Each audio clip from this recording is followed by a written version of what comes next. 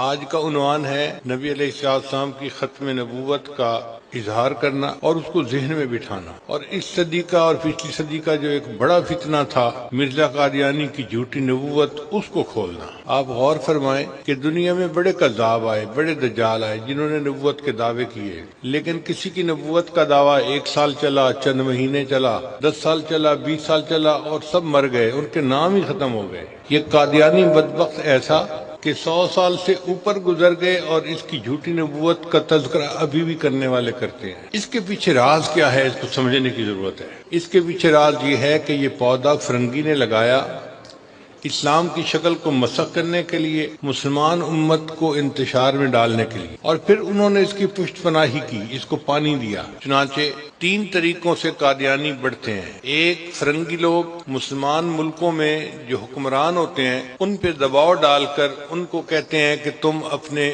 وزیر مشیر لوگ جو ہیں وہ قادیانی رکھو۔ چنانچہ آپ اپنے ملک میں ہی دیکھ لیں کہ وزیروں مشیروں کے ٹولے میں کتنے لوگ آپ کو ملیں گے جو قادیانی ہوں گے، جو مرزائی ہوں گے۔ ان کو اس لیے عہدے دیے جاتے ہیں کہ وہ مرزائیوں کے مفادات کا تحفظ کر سکیں۔ اور دوسرا طریقہ یہ ہوتا ہے کہ بیرون ملک میں بہت سارے مسلمان گئے ہوئے ہوتے ہیں جن کے کاغذات میں مشکلات ہوتی ہیں، امیگریشن پرابلمز ہوتی ہیں، تو وہاں قادیانیوں کے دفتر بنے ہوئے ہیں۔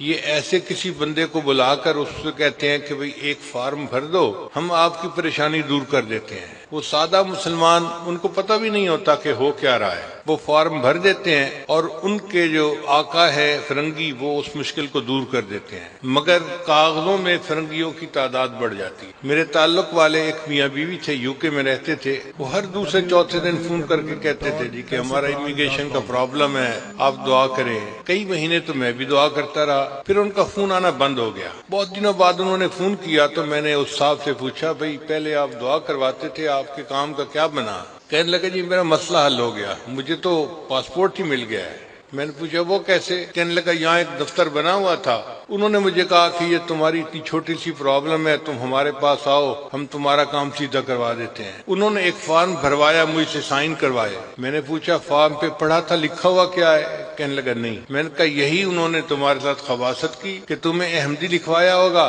اور پھر تمہارے ایمان کا سودا کر کے انہوں نے تمہیں پاسپورٹ دیا ہوگا۔ جب اس نے تحقیق کی تو 100% بات ٹھیک تھی۔ تو یہ دوسرا طریقہ ہے احمدیوں کا، مرزائیوں کا، کہ جس سے وہ اپنی تعداد کو بڑھاتے ہیں۔ اور تیسرا طریقہ ان کا یہ ہے کہ فرنگی حکومتیں ان کو ملینز آف ڈالرز کے فنڈ دیتی ہیں اور وہ اپنے ایک ایک مبلغ کو $1,00,000 $2,00,000 کا بجٹ دے کر افریقن ملکوں میں بھیجتے ہیں جو غریب ممالک ہیں۔ وہاں کے سادہ لو مسلمان، ان کو کچھ پتہ نہیں کہ کیا ہے۔